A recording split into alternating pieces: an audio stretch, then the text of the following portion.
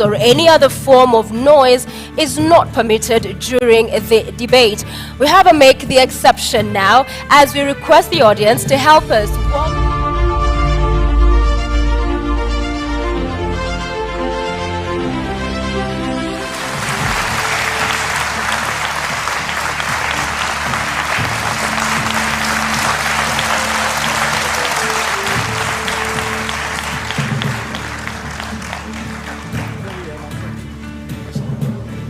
Karibuni sana, Honorable Rigathi.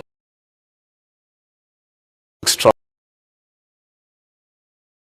nations. I'm the head of a family, and it is my pleasure and privilege to introduce my family tonight, who are here with me. My wife of 35 years, Pastor Dorcas Wanjiku Rigathi, and my firstborn son, Kevin Gachagua, a software engineer, and my secondborn son, Dr. Keith Ikino, a medical doctor who helps me to run family business. Tonight is a defining moment for the people of Kenya. The people of Kenya are in anguish. They are in a state of helplessness. They have no food. They don't know where to get their next meal. They are devastated. They need hope. Tonight, I'll present the Kenya Kwanza plan on how we intend to turn around the economy of this country, put people where they belong, restore their dignity, put money in their pocket, and allow them to enjoy their dignity. I look forward to a very objective debate, no trivialities, issues, issues, issues, so that the people of Kenya have an opportunity to interrogate what we plan to do for them. Thank you very much. Thank you, Mr. Gachagua. Madam Martha Karua, karibu, now your 2 minutes for your opening statement. Thank you, Sophia. I was born and brought up in Kirinyaga, and I want to thank my parents, who are still alive, thank God, for instilling the values of honesty, hard work, community, and respect, values that hold good to this day. In this debate and in the audience, I have my family, my 2 children, Wawira and Edward, my grandchildren, 4 of them, my brothers and sisters, some of them, others are online. I represent the Azimio hope for this country. Azimio, together with Kenyans of goodwill, is out to rescue this country from the stranglehold of corruption cartels. This country can't breathe because monies intended for public service are going into the pockets of corruption cartels, who then become instant millionaires with huge bank balance of this country will be utilized for the best interests of the entire nation, not a select few. I am here to discuss those issues, and I am glad that my opponent is also talking of issues, which is what we have been calling for in our campaign. I'm able, ready, and willing. Thank you very much, candidates, for your opening statements. Let's introduce the elephant in the room and start this debate. The question of the Deputy President. It has dominated public consciousness in the last 5 years. I'll start with you, Honorable Rigathi Gachagua. What kind of a Deputy President will you be? You have 2 minutes. I come from a background of management. I have been in public service for 15 years. I've been in private sector for 15 years. I've been in legislation for 5 years. That gives a 35-year experience of public service and engaging with the people. I am a hard-working man. I'm very passionate. I have zeal to serve. I'm an active man. I wake up early. I don't take alcohol. I have all the time and the commitment to put my all to serve the people of Kenya. I have a very good idea of what I need to do to assist my candidate, Dr. William Ruto, in the management of the affairs of this country, give him backup, be available, move around the country to implement development programs, listen to the people, be available to the people, because we have the bottom-up economic model. It's about the people. If you have noted, we have gone around the country in all the 47 counties and held economic forums, listened to the people, had very extensive consultative process of what the people of Kenya want from us, and that informed our manifesto. And we were not surprised that critics were saying our manifesto is too detailed and meticulous. It had to be, because it had to capture the issues, the aspirations of the Kenyan people, what they want us to do for them.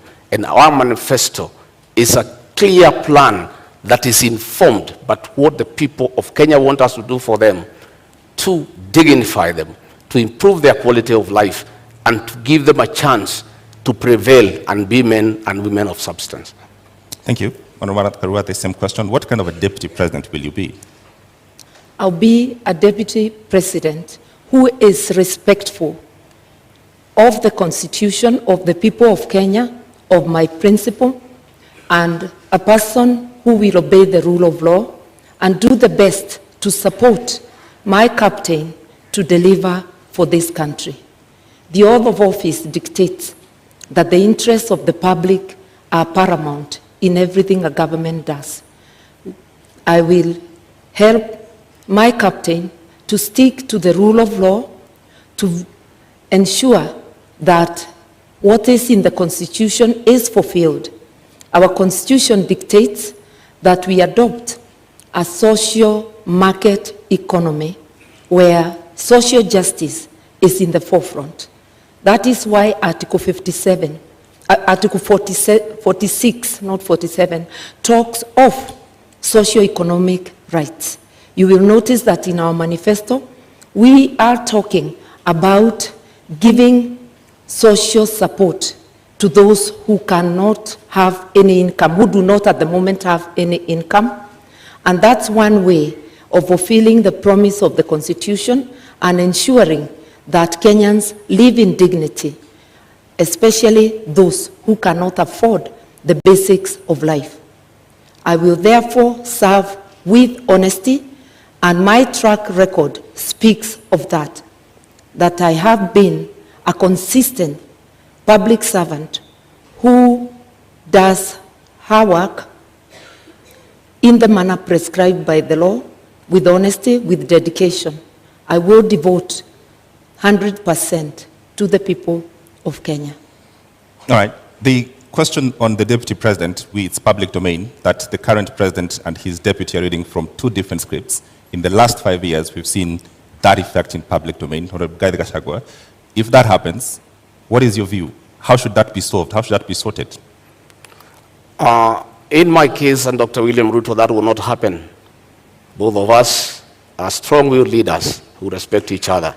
None of us suffers from inferiority complex. At no time will William Ruto ever punish me or mistreat me because he has no reason to. I'll support him to be president, and he'll reciprocate that support. Between me and him, we are in agreement that we have no time to quarrel or disagree. We are inheriting a dilapidated country, a country that is on knees economically, a country that is facing an economic shutdown. We have no time for sideshows. We have no time for personal differences. We have no time for an inferiority complex and competition that is unnecessary. We have a job to do. We are inheriting a 9 trillion debt. We are inheriting 6 million young people who have no jobs. 14 million Kenyans are in CRB. We have such a huge task ahead of us that it is unimaginable that Dr. William Ruto or Rigathi Gachagua would digress on personal issues and petty matters to disagree at all. Each of us has a job well cut out. I have already been assigned to work on the economy. I have gone around the country listening to the people of Kenya. I have been to each and every county, and I brought those views that informed our manifesto. Going forward on election, our job is well cut out from day one.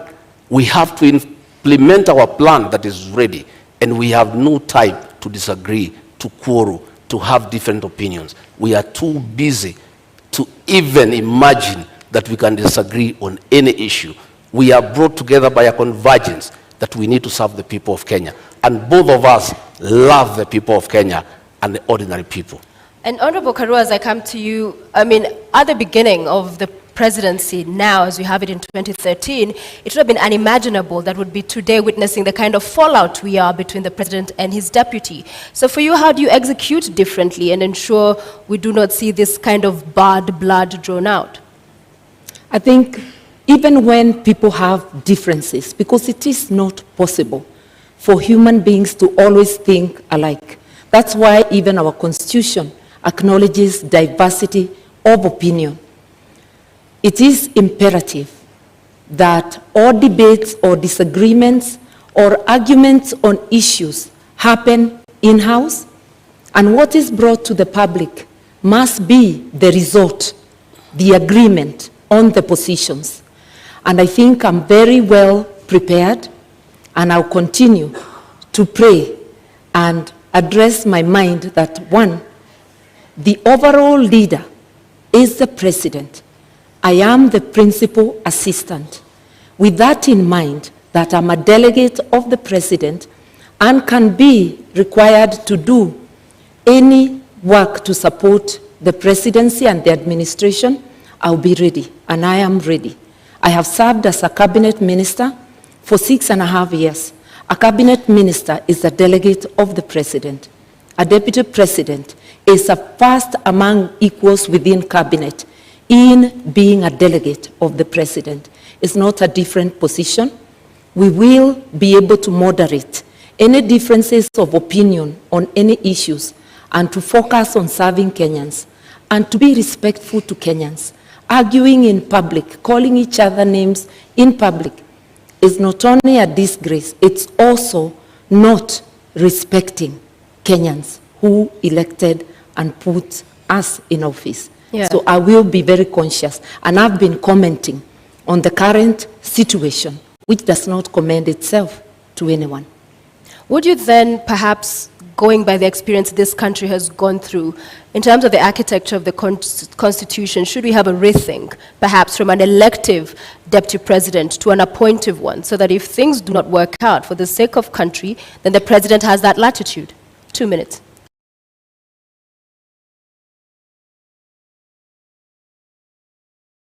Nature of the Constitution, something wrong with our behavior. It is not differ with respect. Maintain deference for people who are above us, that even when you differ, the way you address them is in a way that tomorrow you can be able to once again sit and work together.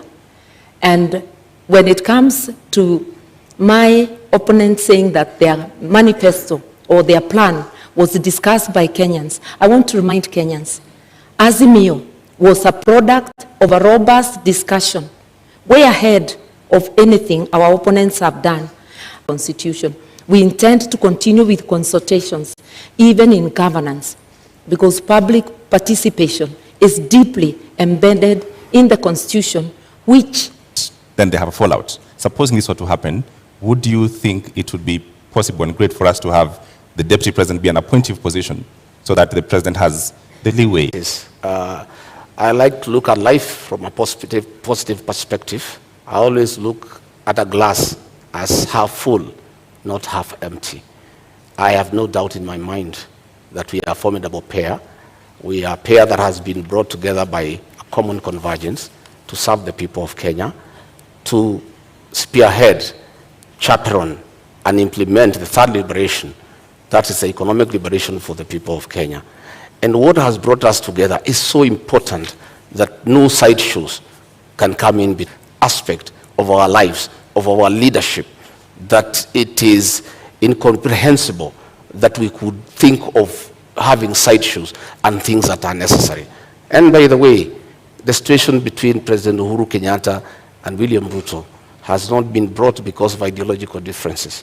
It has been brought because of inferiority complex. Right. People must allow strong leaders to prevail. And you shouldn't have a problem when your deputy is strong and sharp and focused. You should just be able to accommodate him and use that as a strength to serve the people of Kenya. Had President Uhuru Kenyatta, in a second term, allowed William Ruto to help him manage the affairs of this country, we will not be where we are today, where Kenyans have no term. All the stored projects will be going on. He should have used the strength of William Ruto and harness it and use it to augment his leadership and to strengthen it for the benefit of the people of Kenya. However, Honorable Rigathi, just quickly to follow up on that, we have seen Martha Karua in 2009, it was, resign after they disagreed with the president. As in principle, that those who push for, if it doesn't work out.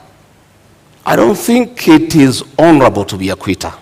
I think you must fight from within and pursue what you intended to do.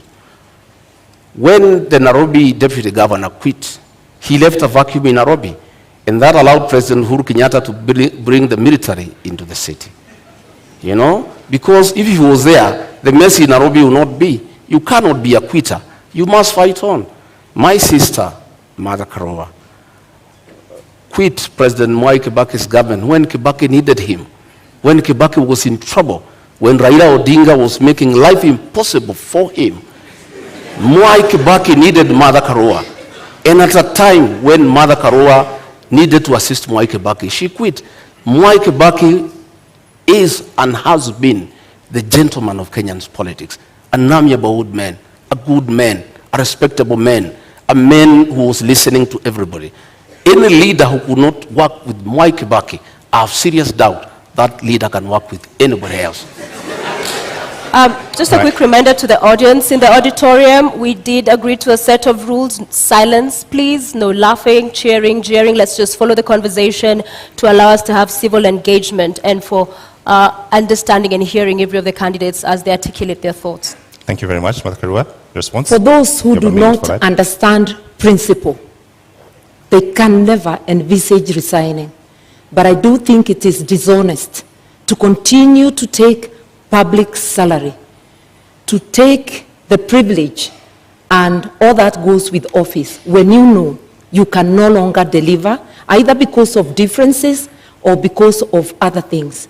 I respectively withdrew myself by resignation from Mwai Kibaki's government in a respectful manner, no name calling, such that we were able to continue when we meet to sit down and talk.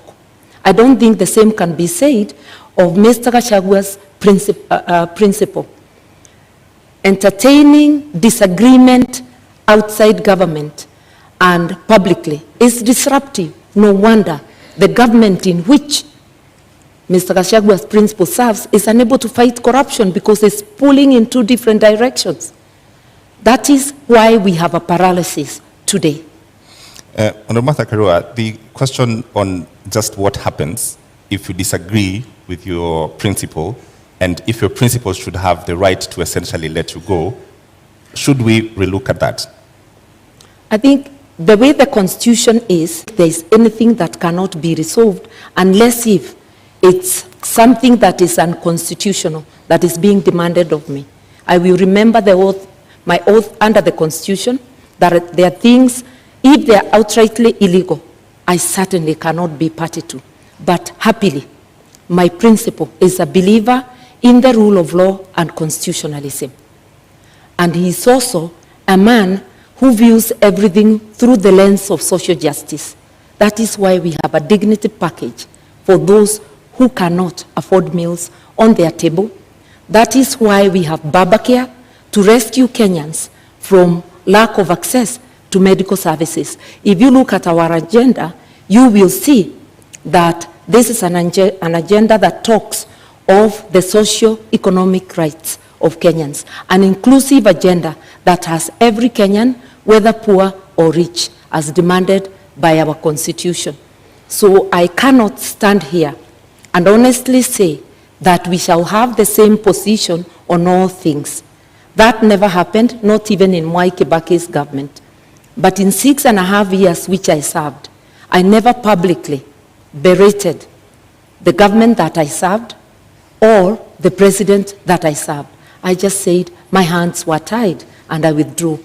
My principle differed with Mwai Kibaki, but all he said to the public is that I was not consulted. How they went back room and resolved, we never know. We only know they came out with a unanimous decision. That is what people who have respect for the public do. People who have respect for their offices do.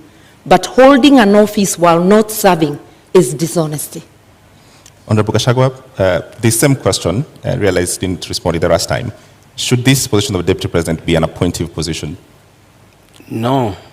In fact, the framers of the Constitution were very clear that a Deputy President needed to enjoy mandate directly from the people. Why Azimio cannot push William Ruto to resign is because William Ruto is not an appointee of President Uhuru Kenyatta. He is elected by the people of Kenya. If it was the previous constitution, William Ruto would have been sacked a long time ago and replaced with Gideon Moi. And that was the plan. The plan was to provoke him, intimidate him, humiliate him, persecute him and his friends and his allies so that he could quit government and allow President Uhuru Kenyatta to appoint somebody from a family that they share the same issues and the same values. But because William Ruto was elected, he was able to hold on to his position. And he continued serving the people of Kenya when he was assigned duties by the president. The duty he has been allocated all the time without failure is to welcome the president and the Nyayo National Stadium. And he has done it in style because that is the duty he has been allocated. He has gone ahead to chair IBEC because that one the president cannot deny him. It is there in the PMF Act. There's nothing the president would have done. But the president chose not to allocate him duties. And the president has been crying that since he did not allocate him duties, his government has come to a halt. And nothing is going on. But he made a bed, he must lie on it. If you decide to chase your deputy away, a man who works hard, a man who knows what he's doing, and replace him with your friends, and then the country comes to a halt, you cannot go ahead crying that you have nobody to help you. He made that decision for his own reason. He wanted to push Ruto out, but Dr. Ruto stayed on because he enjoys a mandate from the people of Kenya. All right, Honorable Gachagua, Honorable Karua, I want us to move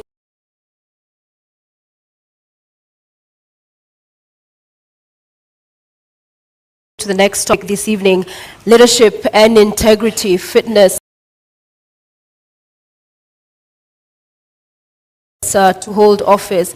I will begin with you, Honorable Karua. And in 2013, when you vied for presidency, you said, I do not share any values with the Prime Minister, then Raila Odinga, nor do I share his politics.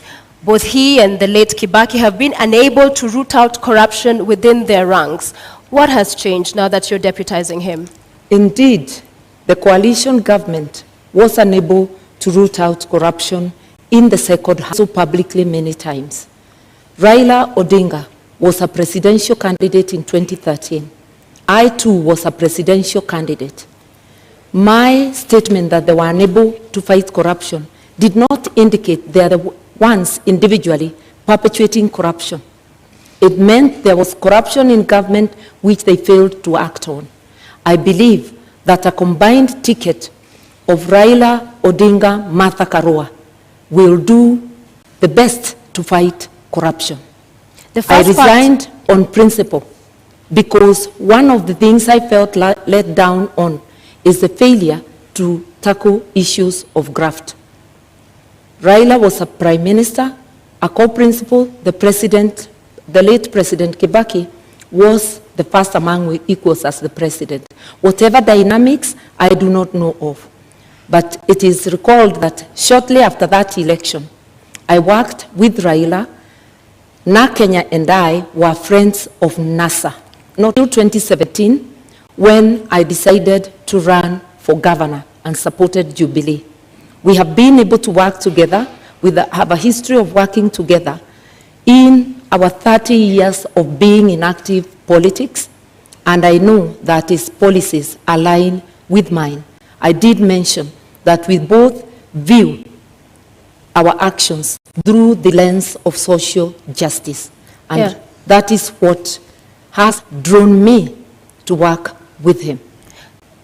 Just a quick 1 minute, I will add you on your time that when you said I do not share any values, you've addressed the issue of corruption and graft, but you do not share any values and even agree on his brand of politics. What do you say to that? Because values, this is... As of that time, I felt I did not share anything with him. And remember, we were candidates. There is no way you will praise the other candidate. But I can assure you that it is not because I thought he personally was responsible of any wrongdoing, nor did I feel that President Kibaki was personally responsible. But there were rogues within government they failed to act on. And I felt my hands were tied in the performance of my duties. And therefore, as I campaigned for myself, I actually was saying, look, you've been unable to fight corruption, just like the Jubilee administration under President Uhuru Kenyatta and Dr. William Ruto. And they are still in government together up to now. And we saw Dr. Ruto attending cabinet a week ago. They've been unable to fight corruption. You can't hold one side of government and say the good one is mine and the bad one belongs to the other person. That's double speak.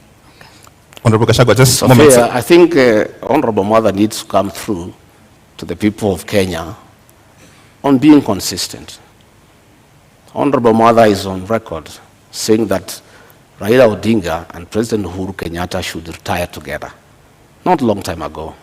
She seems to have changed her mind that they shouldn't retire together.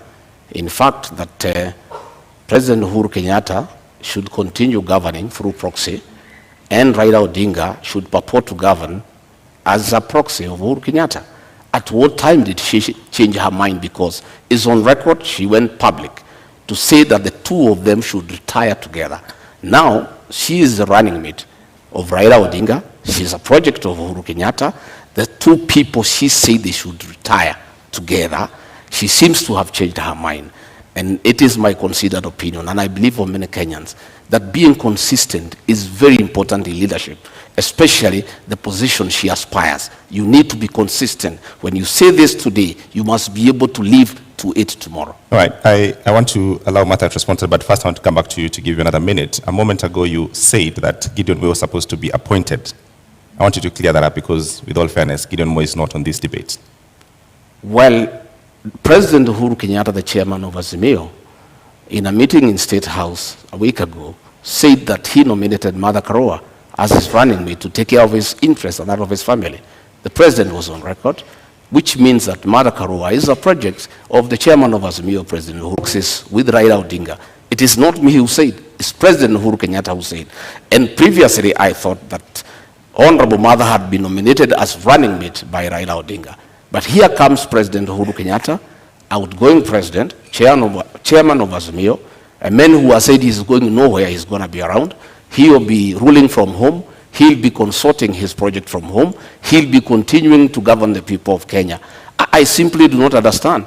Is Mother Karua, the honorable member, is she the deputy, is she the running mate of Raila Odinga, the project, or is she the running mate of Uhuru Kenyatta, the project master? Okay. She's who's running mate? Okay, Martha Karua is in the building. It is true that both I and my captains are projects, but projects of the people of Kenya, whom my captain consulted, and by public demand, he was called upon to take leadership. At a time our country desperately needs leadership. He has offered leadership, and I was competitively selected. And like my friend who was handpicked, I faced an interviewing panel, and also through demands of Kenyans and many endorsements, I was selected. Kenyans know I'm competent, and I believe I'm competent for this job. I'm ready, able, and willing. I have consistently shown independence of mind, irrespective of whom I'm dealing with. I will handle this job independently and with commitment to Kenyans. And I know my principal also, who has been a teacher of politics to Mr. Gachagua's principal. All right, Martha Karua, just a direct question to respond to Honorable Gachagua. What is the role of President Uhuru Kenyatta in Azimio? The role of President Kenyatta, he is the chairman of the council, but my captain is the chairman, overall chairman of Azimio.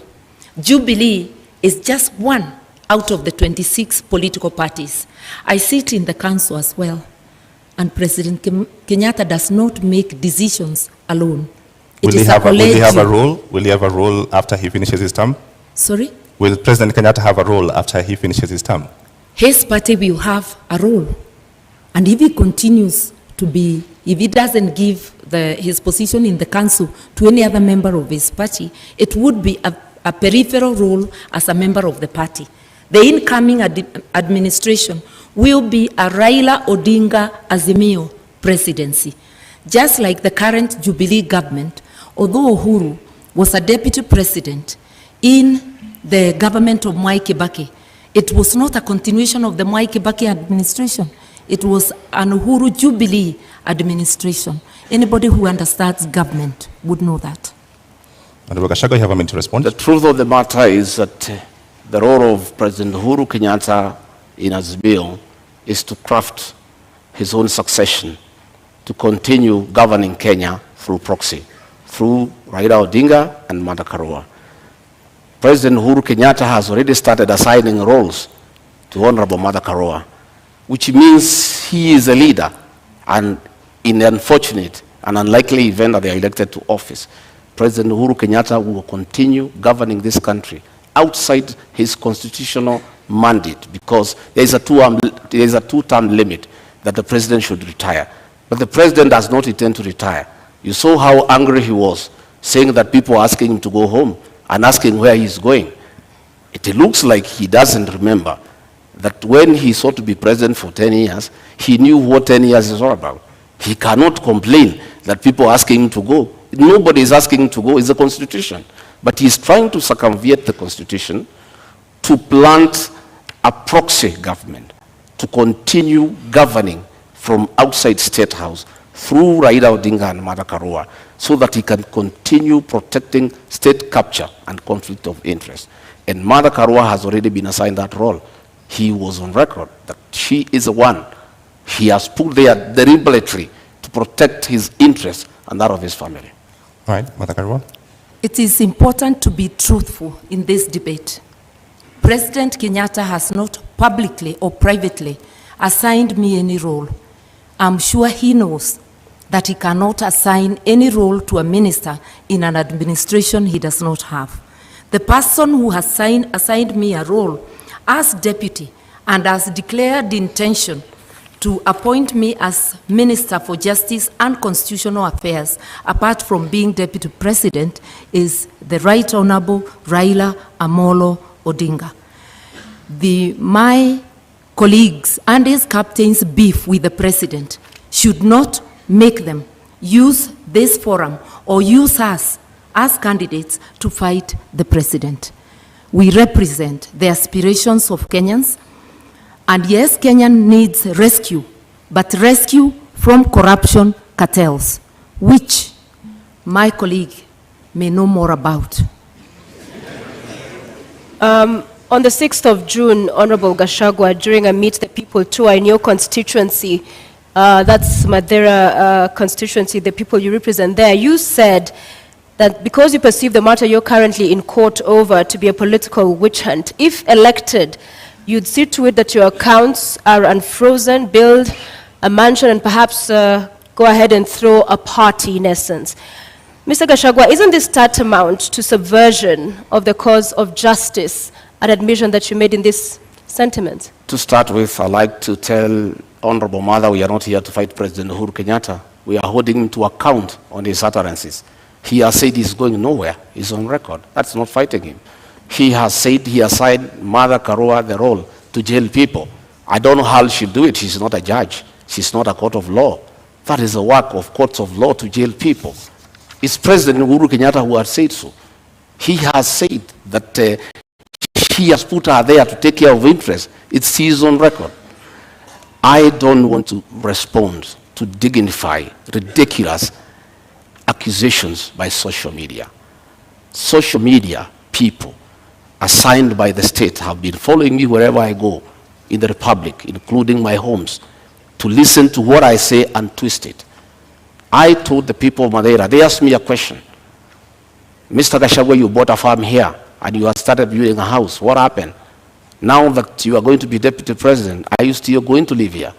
I told them I stopped building the house because the state froze my accounts to intimidate me and to blackmail me to support the handshake. And that money is frozen.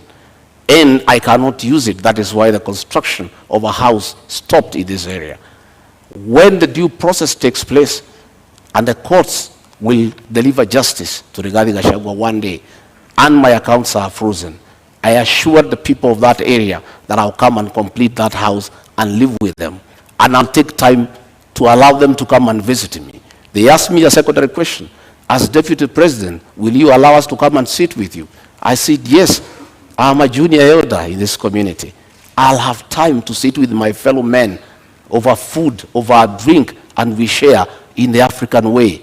I say the women in this area will come and sit with Mama Gachagua and have kesha, because my wife is a pastor and she likes doing kesha. And the women wanted to know, will they be allowed to come to the home of the deputy president to have kesha with Ms. Gachagua? I confirmed, yes, I'll be deputy president, but I'm still the same old guy who hangs around here. A very generous person who spends all his time with the people. All right, Mr. Gachagua, you have a national audience. What is the source of the money that was frozen? Because that is the context. Pardon? What is the source of this money that was frozen? I have said many times that I'm a victim of blackmail by President Uhuru Kenyatta, whom I served as personal assistant. President Uhuru Kenyatta wanted me to abandon William Ruto and join him in fighting him, and I said no, because he didn't give me a good reason. And he blackmailed me. He sent Nancy Gitawe, his advisor, to threaten me that if I don't abandon William Ruto and join him, I'll face the music from the state. And one problem started after another. They froze my accounts, KRI froze all my companies, then they arrested me on trumped-up charges for 1.5 years, no evidence in court, nothing. I'm a victim of blackmail and persecution by Uhuru Kenyatta using the state criminal justice system to manage politics and deal with those who don't agree with him. Honorable Gachagua, with all due respect, you not answered my question. What is the source of the money that was... The money that I have is well documented. I am an astute businessman. This is money that I made during the reign of Mwai Kibaki when the economy was thriving. I made over 200 million and invested in an account. And that account has been running for the last 8 years, and nobody has ever asked me a question. In 2013, when I supported Uhuru Kenyatta, I still had the money. In 2017, when I supported him, I still had the money in my personal account. This is money I have accounted for. It's clean money. I am a good businessman. And in the fullness of time, I'll be vindicated. All right, Mata Karua. I was really hoping that my colleague would explain to us how an individual finds 5 billion shillings in their accounts. But I hope one day Kenyans will be able to know money that was transferred to his accounts in the last 10 years of the Jubilee administration. But that's for him to account. I believe as leaders, we have to be accountable. That is why there's declaration of wealth, so that as you enter office, people can know how much you are worth, and as you exit, or in the middle, they can monitor and see how you are progressing, whether it is from your salary, and if it's from business, it has to be a business that can be ascertained.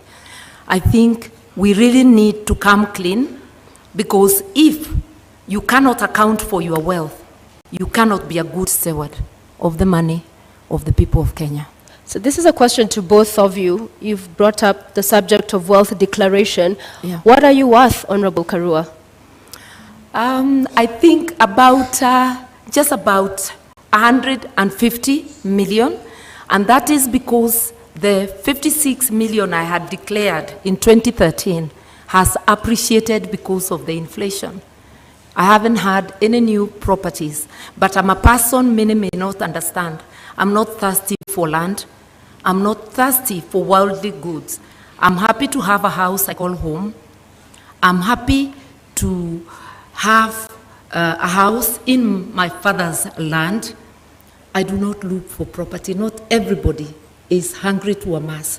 I'm hungry to do something to help my country to transform the lives of the people. All right. So if you're looking for Martha Karua to be a billionaire, no, I am not hungry for billions. Honorable Gachagua, My how much account are did you worth? not receive 5 billion. That is propaganda. I have 200 million. That is the money that is held. 200 million, 64 million. I worked in the Ministry of Lands and Settlement. 10 million, I worked in Kenya Power. 33 million, I worked in the Ministry of Livestock. Another 46 million, I worked in another organization called Patek.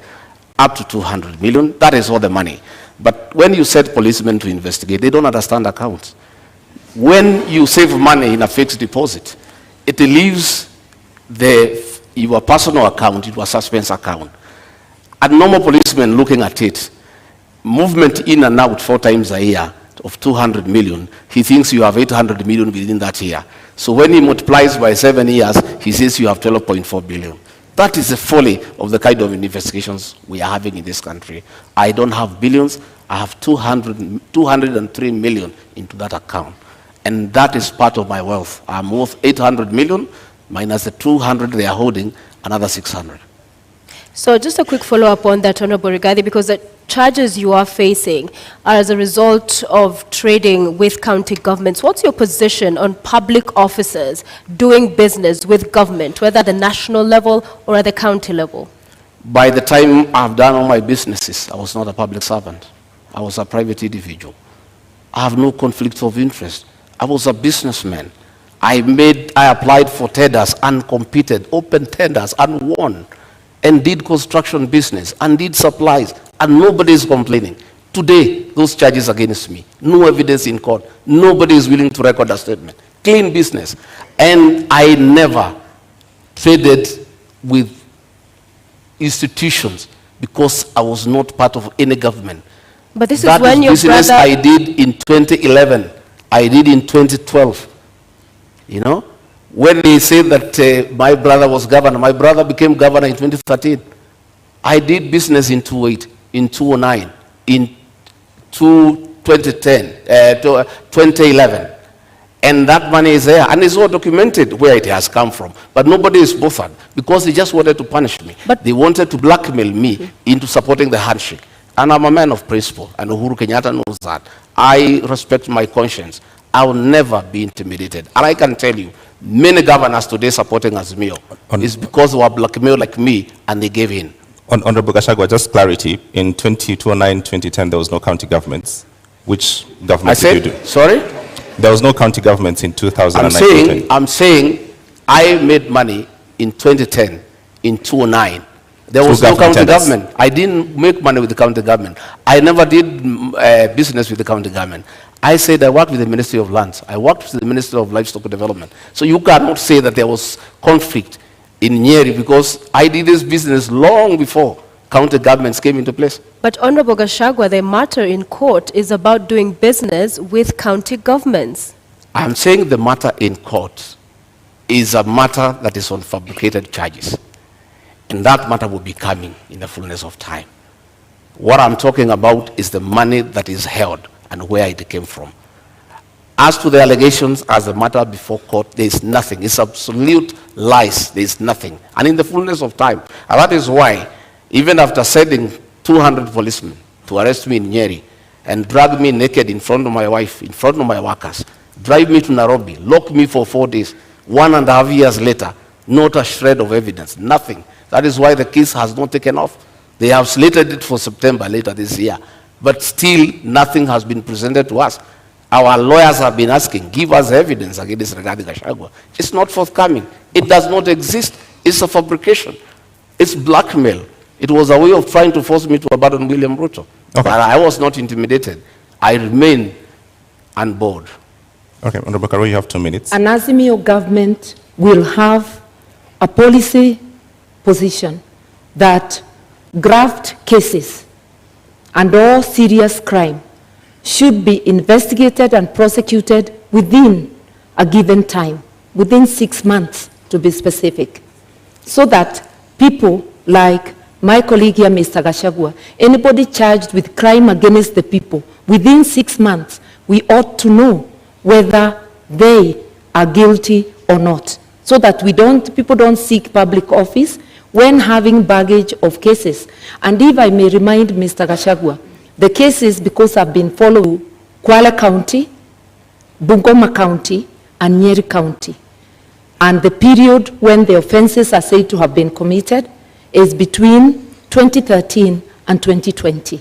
So it is important, even from a personal position, that a person gets cleared and that you do not instruct advocates to delay the cases, because what we are having in our courts is really a circus, where one is charged, you are holding public office, you continue holding public office, elections come, and now we have seen new language in the courts that to allow them to campaign, the case is further delayed. Kenyans need to know, and even the person accused needs to know, so that they do not give excuses. We have repeatedly said with my captain that whether it's my daughter, my blood relative, or a member of the opposing camp, the law must apply equally to all. And everybody must have a swift chance to clear their name in court or for the court to declare them guilty. We are here to help Kenya organize itself in that manner by engaging with the players in the justice system and having a policy position. All right, Honorable Gachagua, you have a minute to respond. For clarity, have you done business with county governments? Allegations remain just allegations. Honorable Mother knows, and I'll never take her on allegations. A British newspaper accused her of receiving a bribe from BET, but I cannot come here and accuse her that she's corrupt because of that allegation. Because an allegation is an allegation. The people of Kirinyaga have been complaining that she used her office as justice minister to take land in South Gariama and give it to her relatives. But that is just an allegation. The issue here, Sophia, the issue here, we would like the issue here, Sophia, is that we need to allow. We'd like to remind the members of our audience to please do not cheer or jeer and allow our candidates to present their issues. Please go ahead. The issue here is that we need to allow independent institutions to fight corruption. President Uhuru Kenyatta has cried inability to fight corruption because he was lenient.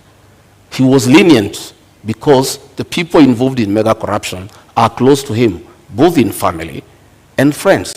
That is why he was lenient. But had he allowed independent institutions to fight corruption, the issue of leniency would not arise. Had he allowed independent institutions to fight corruption without getting involved, regarding Gachagua, the solution is to take cases to court when you have evidence. Matakura, you have a minute to rebut. I just want to let Mr. Gachagua know that I do not have an iota of public land anywhere, in Kirinyaga or anywhere. I do not own land in South Gariama. I am glad he knows they are just allegations. And I challenged the current administration that is there, and I'm not in power in Kirinyaga, that if there is truth to that allegation, then they must swiftly take me to court and recover. So once you challenge those making the allegation and they don't do anything about it, then the matter is closed. The only land I own in Kenya is the house I live in Nairobi, and the house up country, which is on my father's land, and he has included my name in the title. I said I'm not. Those who are hungry may never understand that. Relating to BAT, those who are hungry may never understand that. Relating to BAT, it was money paid to my campaign secretariat by a donor, not paid to my personal account. Later, it transpired that it was money from a company. The matter has been investigated in UK, and the file has been closed. I also challenged the DPP of the government Gachagua's principal serve in 2016 to investigate and prosecute me All right, So those matters your time is are up. allegations. Thank you very much. Time is up. But now that we're talking about funds, you all are traversing the country with choppers and legions of teams. How do you finance your campaign, Honorable Gachagua? How much does it cost? Pardon? How much does it cost to finance your campaign? Pardon? How much does it cost to finance your campaign? Oh, the sound is not working here. Sorry. I can't hear you properly. Apologies for that. Yeah. How much does it cost to finance your campaign? Well, it's difficult because we don't have a centralized command. Our campaign, we are raising funds from people, and mostly is in materials, is in donations in terms of choppers, in terms of vehicles, in terms of fuel, in terms of personnel. And really, what you need in terms of cash is not much. This campaign of Kenya Kwanza is bottom-up driven. A lot of hustlers have taken time to give their all in terms of time, in terms of materials, in terms of support in kind. There isn't much about cash. So it's very difficult at this stage to quantify and say, this is the amount that we are going to use for this campaign. What I know is that in the next 1 week or so, we'll now be talking about real figures because we have to mobilize agents, we have to mobilize vehicles, we have to get people to protect the vote. Those people need to be given allowances. That is when now we will come to the cost of the real campaign. All right, Martha Karua, the same question. How do you finance your campaign? Through public donations in cash and kind. We had a fundraiser just the other Friday, but the donations are a continuous process. The Azimio campaign secretariat is keeping tab. My personal campaign organization, the New Dawn Trust, is also keeping tab of all donations coming to me. And it is the organization that had received the money you asked earlier for BAT. I do not mix campaign money with my own funds because you have to maintain integrity even with donations. We have choppers donated. There is a chopper I personally use, which is a donation from a kind corporate friend. And we have many such donations. And I want to remind Kenyans, my captain, the Honorable Raila Amolo Odinga, has had choppers in his campaign even when he was out of government. Like the 2007, I think they flashed more choppers than the PNU side I was in that could have. He is a man known for his capability to mobilize resources, both human and financial, for campaign. And I'm very lucky to be his running mate. Talk to us, Honorable Gachagua, about corruption and election campaigns financing. A lot of opaqueness there, clearly, even from this engagement, and laws around politicians being accountable and there being an eye inside what's going on have not seen day of light. So what are your thoughts? Is there any nexus there? Well, you know, campaigns, and you really cannot control the nations because people support a certain candidate for a certain reason. And it behoves upon the candidate to receive donations that are well-meaning and donations that are not tied to your win and what you need to do for people after. And that is the basis of our campaign. I personally have many friends who are supporting me. They have not demanded anything for me in return when we form government. They think we have got a good plan. They think that we need to be given an opportunity to run this country and turn it around. They think that the real thing is the economy. They think that they need to help us to move around the country. And they are well-meaning. I wouldn't say the same of my colleague here because their campaign is being run with the public resources. You are aware that the PS Interior has been meeting chiefs and assistant chiefs who are public servants and give them instructions to work for Azimio. You have seen their meetings being attended by chiefs in uniform. That is the misuse of public resources. We have seen funds from Harambee House, from the confidential expenditure, being put into this campaign. Many of the town hall meetings they are holding in the Mount Kenya region, all the delegates are given 1,000 shillings to go home.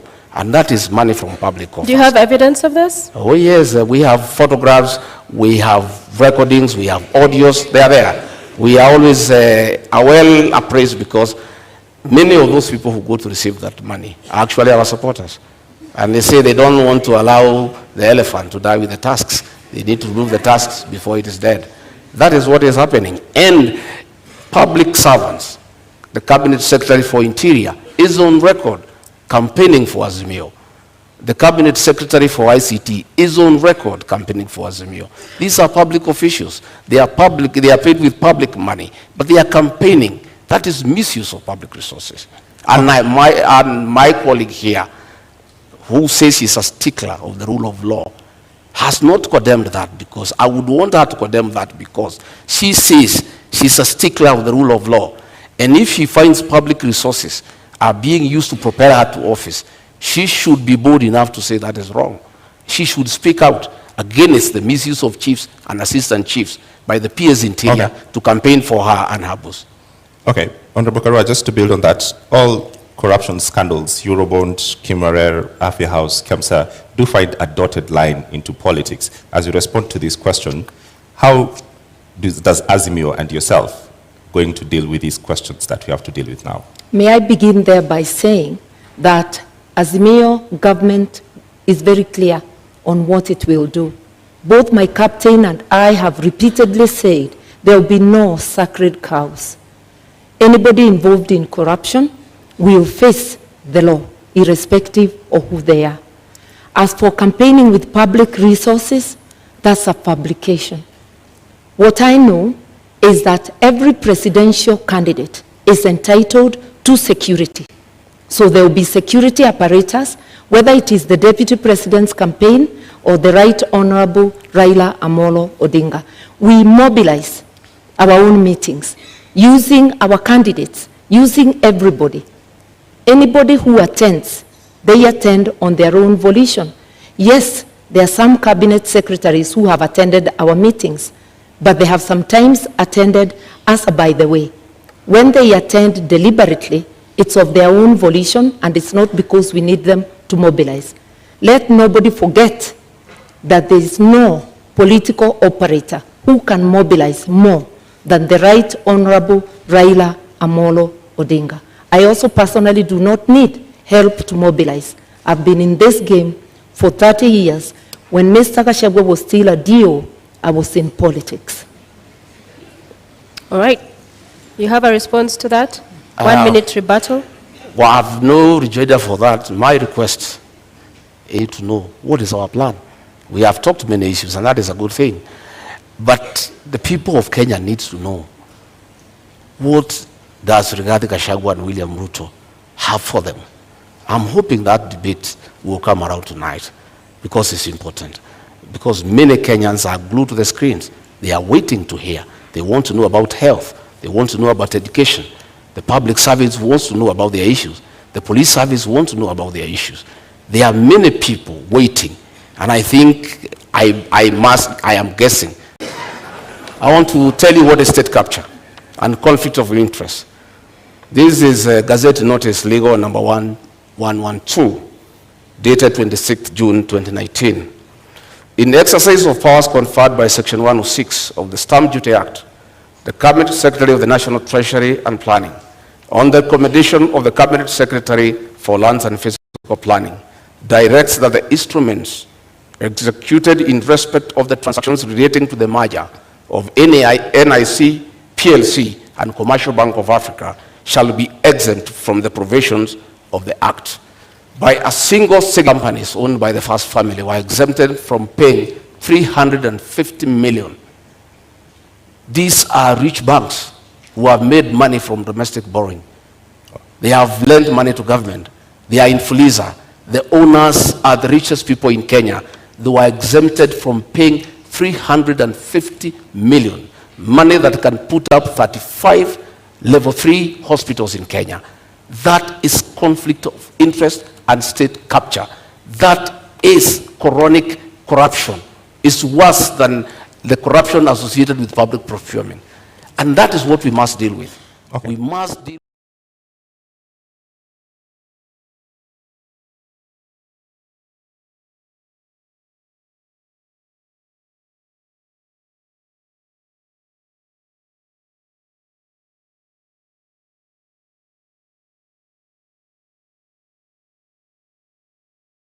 Ask me what is state capture. I'm giving you time, but I cannot authenticate the document that you've just read right now. So I've seen in your manifesto that you would put a commission to investigate these crimes. Would you go after the first family? We will not go after anybody. We'll go after all those who are in state capture and conflict of interest. Who are they? But what are you saying? That will come out in the commission. I'm saying there will be a commission because the real corruption that we need to deal with, not what Honorable Mother is talking about, is state capture and conflict of interest, where the people in power have used their offices to usurp public resources to their advantage and to the disadvantage of the rest of Kenyans.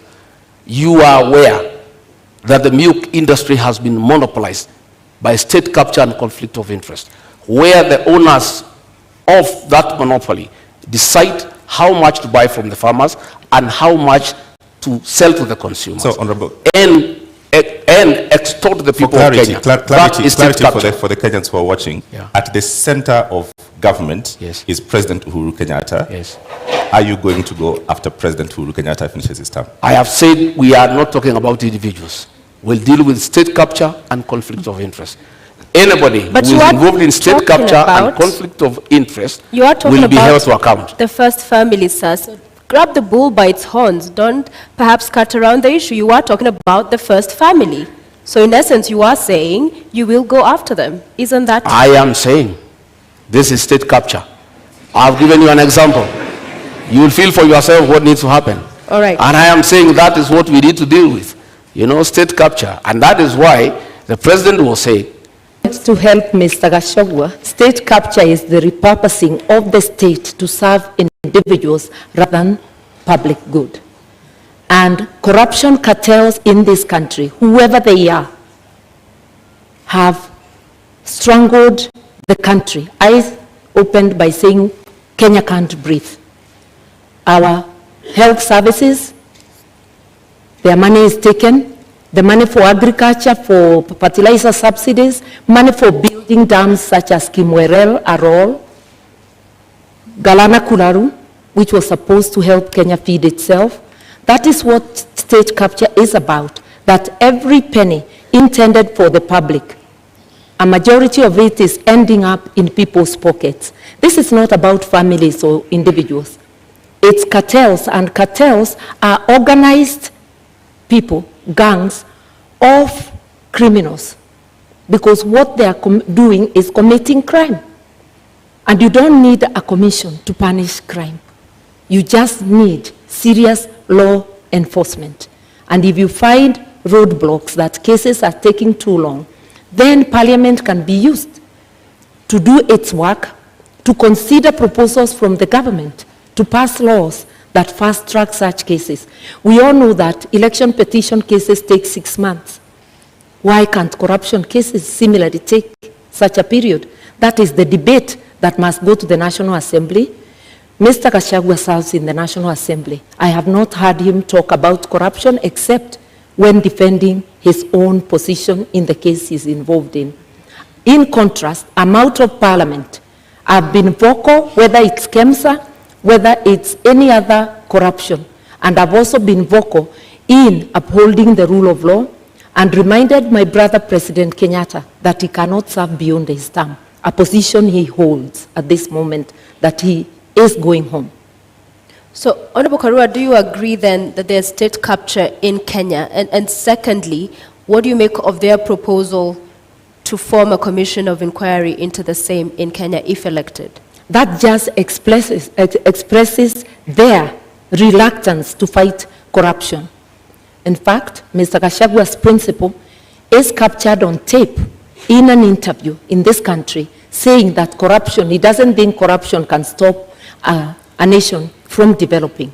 With what money will a nation develop, invest, or even provide services if the corruption cartels are taking 2 billion shillings a day, which translates to stealing 40 shillings from every person? In an average household of 6 people, that's 240 shillings, 2 packets of unga at the discounted price of 100. Kenyans need to understand. They're hungry, they're without medical service, without fees for their children, and without free education, because corruption cartels are strangling the nation. That's why we can't breathe. Once we understand that, then we will vote for people with a track record, like Azimio, people with the will to fight corruption, people who are prepared to confront the monster and to apply the law evenly, irrespective of who is mentioned. So do you believe we have state capture in Kenya? There is state capture, yes, by corruption cartels, organized criminal gangs who plunder our resources daily. 2 billion shillings a day, which is authenticated by the Auditor General, translates to 765 billion shillings. The amount of money we need for the social support is just 144 billion. The rest can be used to pay debt, to do other things. We intend to seal all those loopholes so that Kenyans can have advantage of their resources. Honorable Karua, the names of every corruption scandal, Kimwarer, Kamsa, Eurobond, they're all government officials. Yes. How do you deal with that? That is where the state capture is coming. If you look at them, it's not about families, it's about individuals who choose. Because I keep saying, no mother has baptized their children the name corruption. It's a behavior an individual deliberately chooses. And state capture can even become a tool during elections, where empty promises are given to entice Kenyans to further surrender their sovereignty. Azimio. And Azimio will do the jobs, not because we are perfect, but because we have the best track record, and we do try and have tried before and done good work for Kenyans. All right, Honorable Gachagua, you have 2 minutes. I don't know. I don't know whether the Honorable Mother has taken time in their meetings with the chairman of Azimio to ask him. He said he is in charge of this country. He knows everything that goes on. Then we went ahead to say that 2 billion shillings is stolen daily. I don't know whether in her meetings with the chairman of Azimio, she has tried to find out from him who steals this 2 billion and why he has done nothing about it. In terms of fighting corruption, our manifesto is very clear. Our plan is sound and is in accordance with the Constitution. Our plan is to allow independent institutions that fight corruption to be really and truly independent by giving them that freedom and giving them resources and financial autonomy so that they receive instructions from nobody.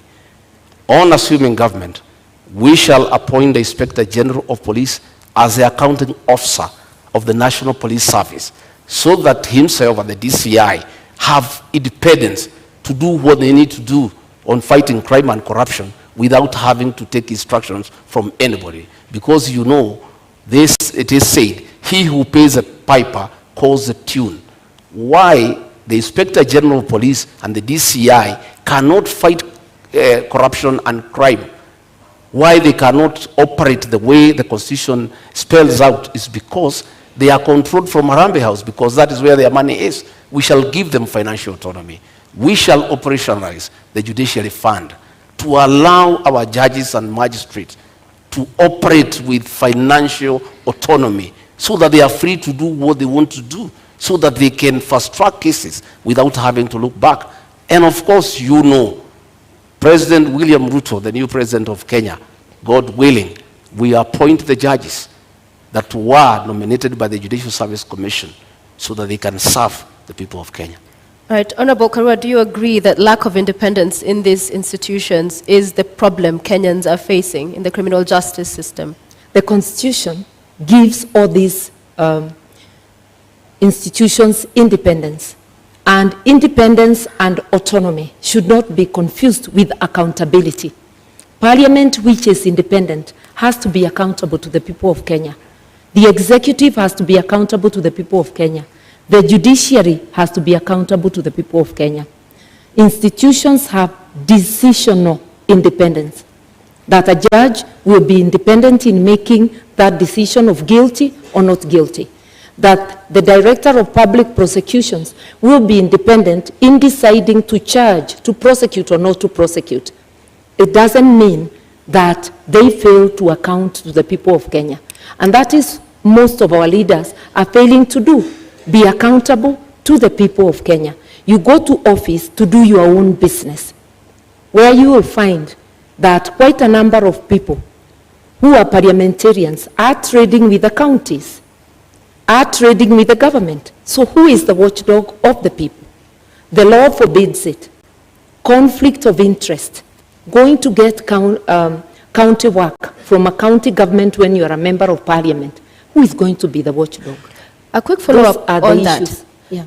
Because the proposal on the table in Azimio is that if you are elected into office, then you'd also double up as Minister for Justice. Yeah. Wouldn't that go then to entrench that kind of feeling of interference from the executive? Because these are independent institutions, yes, but even if it's facilitating and good workflow, there's the NCAJ that handles all of the issues around that chain of criminal justice. So wouldn't that role, in essence, be seen as interference as well? Not at all. The Minister of Justice doesn't prosecute. This is a coordinating ministry, coordinating the entire justice sector.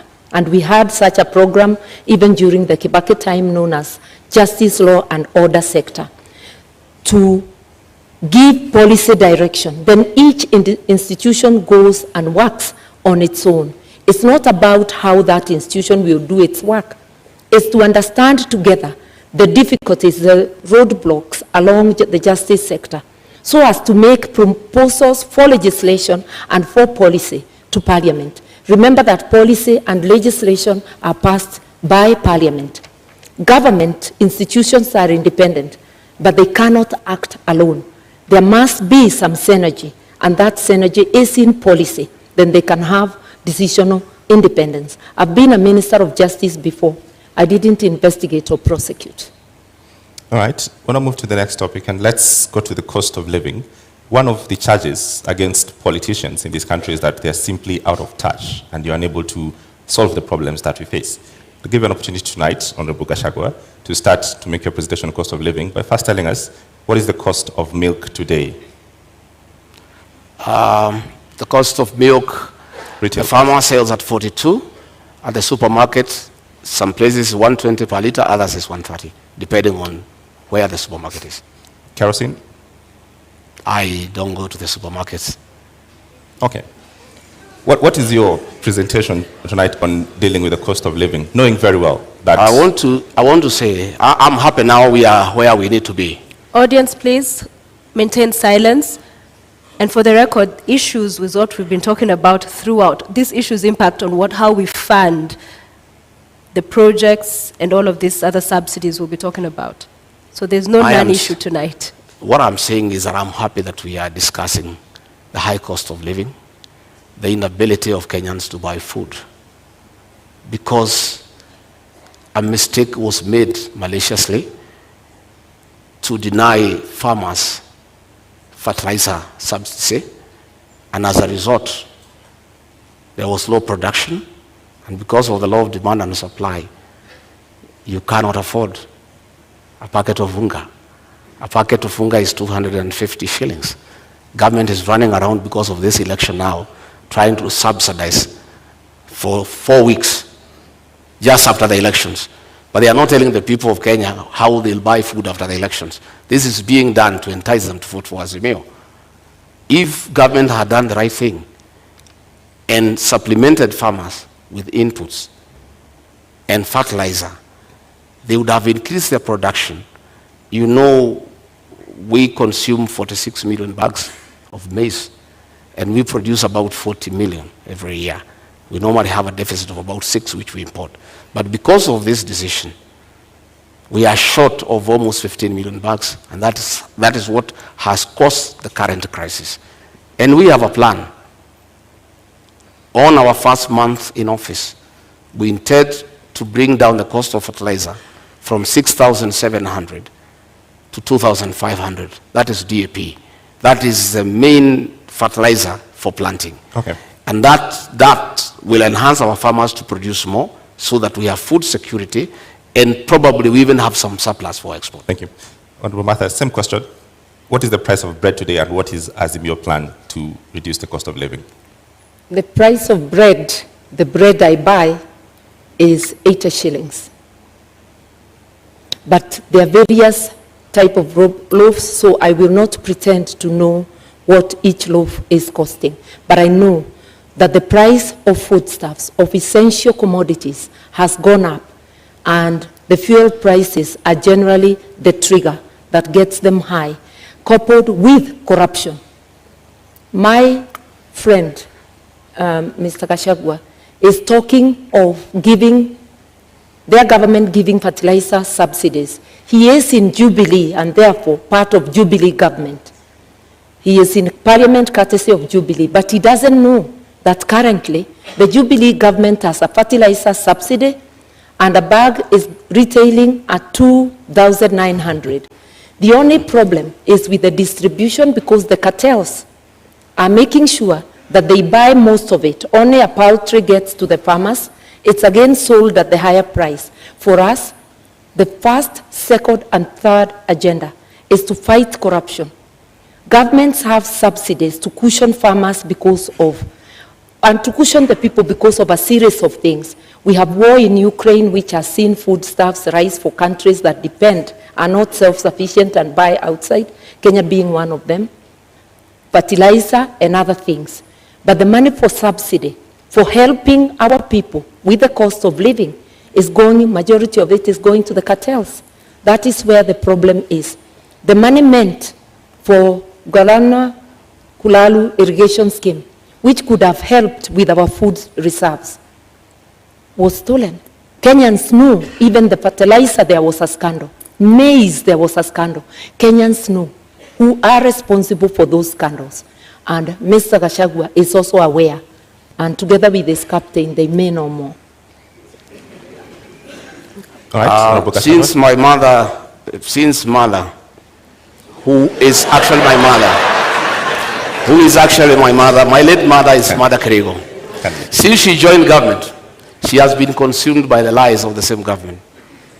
If the honorable mother moved around the country, the lie she's giving here that fertilizer is 2,500, she will feel very sorry. If she went round to Kemunye, her hometown in Gishogo, the cost of DAP is 6,700. The cost of CAN is 5,900. The cost of 17 is 5,800. The cost of 20 is 5,900. And the cost of urea is 7,200. That was just a lie by the Minister for Agriculture. There is no fertilizer that is available for 2,500. You can walk around to any shopping center, including our hometown. These are the costs of fertilizer. And I want to say, let us stop deceit and lying to the people of Kenya on national television. When my sister here, mother, tells the people, farmers, that fertilizer is 2,500, they start having very serious doubts about her credibility as a future deputy president. Because if she can come here on national television and give prices that are not true, when people are suffering, when people cannot buy fertilizer, her credibility is put into question. A quick I've 1 minute indicated rebuttal. that the subsidized fertilizer, he's correct, is not available at every retail shop, but it's available at the stores of the national, at the depots of National Cereals and Produce Board. It is a project of the Ministry of Agriculture. I've heard the minister talking about it, and I know of farmers who have accessed it, but I know, and I have stated, it's riddled with corruption, and it's not getting to the people. The honorable thing Mr. Gachagua could do, when you are not aware, you just say you are not aware. You just don't dismiss things as lies when they are happening. The problem with Kenya, money meant to cushion farmers, to cushion consumers, is going to corruption cartels. That is a big problem, and which, as the Azimio government, will rescue Kenyans from. All right, I'm going to give you all 1 minute each to talk to first 100 days on how you'll deal with the cost of living. I'm aware 100% there's no fertilizer anywhere for 2,500. I'm a bottom-up man. I move around this country. It's simply not available. In the first 100 days, we want to do several things. One, bring the cost of food down, bring down the cost of living, bring fertilizer subsidies from 6,700 to 2,500. How will you do that, sir? We'll provide funds for that. These funds that are being proposed now for bringing the packet of unga down for 2 kg is what is supposed to go to fertilizer so that we have a long-term solution. The other one is not sustainable. It's a short-term thing for the elections. We have a plan to focus on primary health care, where community health volunteers are given an allowance to boost their morale and increase their efficiency to deal with preventive medicine as opposed to curative medicine. We have a plan to employ 116,000 teachers within the first 2 years so that we can deal with the shortage of teachers. For that? I will explain to you. I've explained to you that we are stopping wastage in public spending. We have had a lot of projects that are not planned. Okay. We have legacy projects that are of sentimental values to leaders, but Time's have up. no meaning to the people of Kenya. Thank you, Honorable Gachagua. Yeah. So, your minute. I want to first say that we in Kenya do not have a revenue problem. This year alone, we collected over 2 trillion shillings, the taxman that is. We have a problem of expenditure, non-priority expenditure. That is what we are going to curb. In relation to fertilizer, the subsidies are already in place. It's a question of ensuring they work for the people. It's ensuring that the subsidy for unga continues to the time there will be harvest. The expenditure for operation and maintenance, O&M, is over 600 billion, while salaries are at about 550. You can see operation and maintenance overshooting salaries. We will prioritize what needs to be prioritized to help Kenyans move forward. And for all the things we have said we'll do in 100 days, I have acquainted myself with the budget. The budget lines are sufficient with optimal use. Mr. Gachagua serves in the parliament that passed the budget. He doesn't seem aware that the money is in the budget, including for Baba Care. All right. As we bring this to a close, fuel. The subsidy there expires next month, the same as the one we've seen on unga. We'll give you a minute each because Kenya Kwanza, you are proposing to set up a legal framework to ring-fence the fuel stabilization fund. IMF, World Bank says stabilization funds are inefficient and regressive. Azimio, on the other hand, you're talking about reviewing the taxes and levies on petroleum products. So different positions here. So 100 days, you come into office and there's all of this mess going on and the cost of living continues to be up. In 1 minute, what is unique about this legal framework that you will do with the stabilization fund that hasn't happened so far? We have money available in the budget.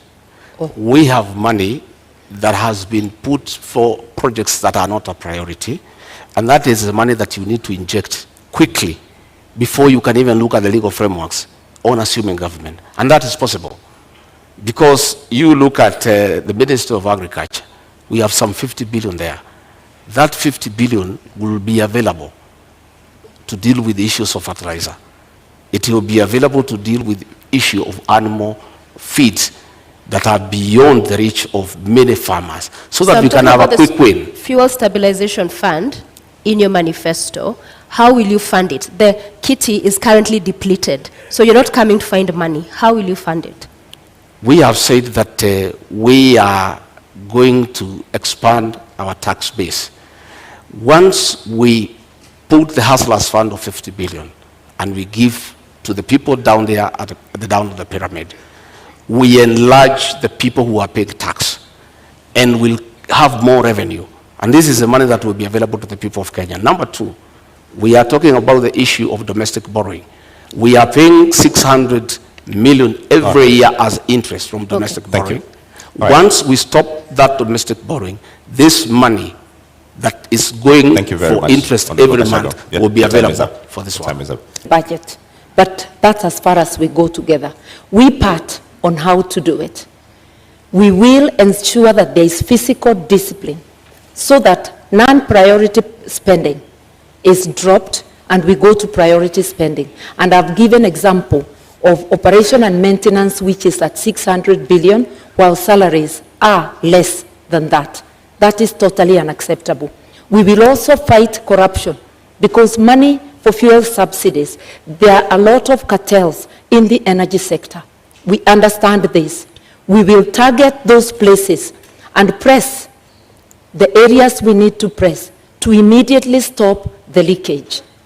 Within 100 days, we will be able to do this and much more. We have actually been looking on what we need to do on day one, because Kenyans are not going to be patient. They are already suffering. They cannot wait for commissions to be formed. They need actions. All right. Azimio is ready to go. Ladies, gentlemen, our 90 minutes debate is up. It's time for our closing statements. And we begin with you, Honorable Rigathi. You have your 2 minutes starting now. Thank you very much. I want to ask the people of Kenya to give us a chance to sort them out and put money in their pocket. We want to ask the people of Kenya to give us a chance to empower the small business people by giving them affordable credit to be able to expand their businesses.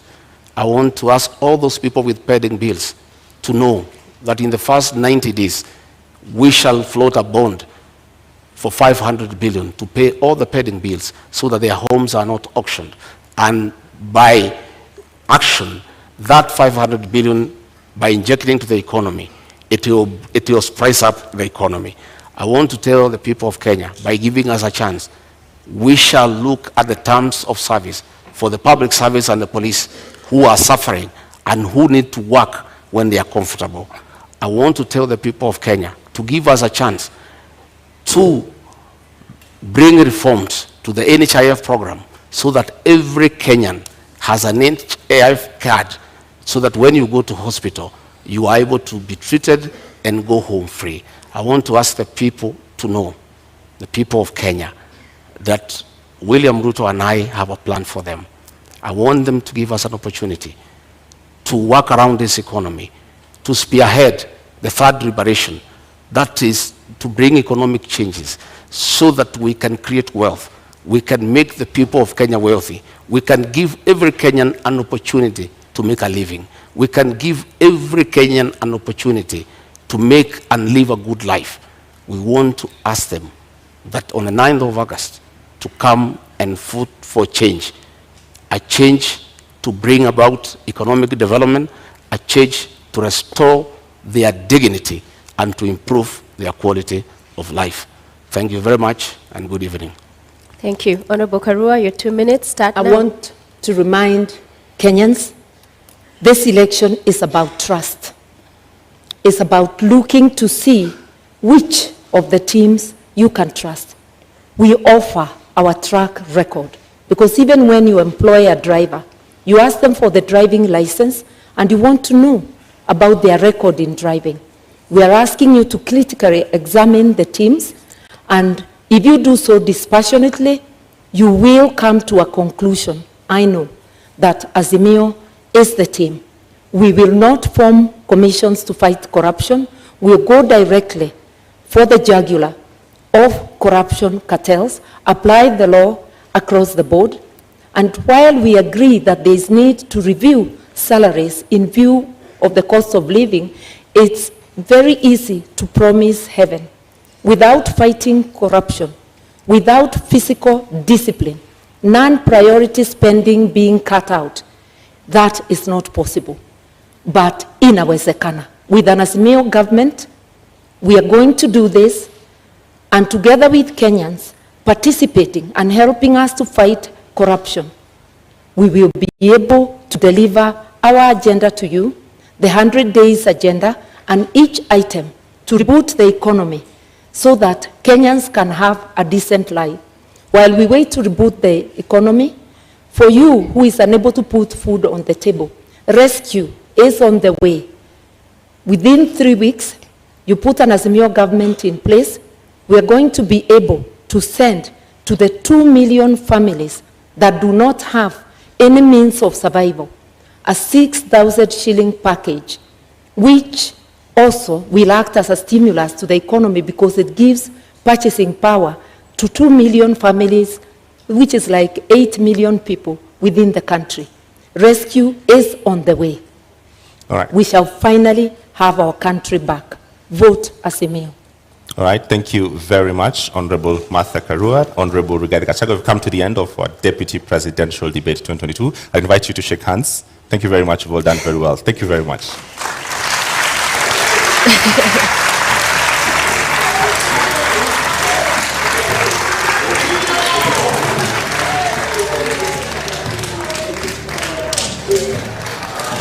The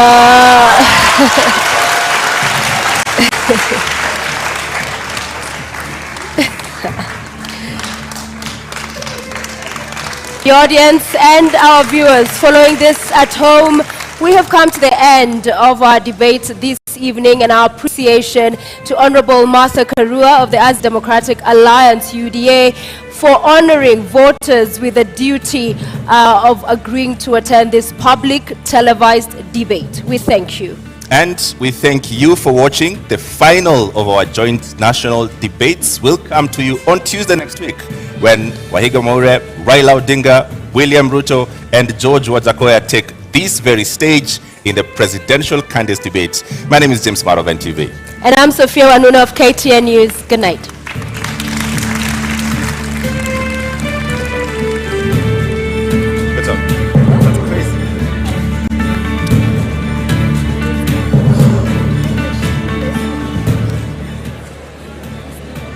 Goodness, what is that?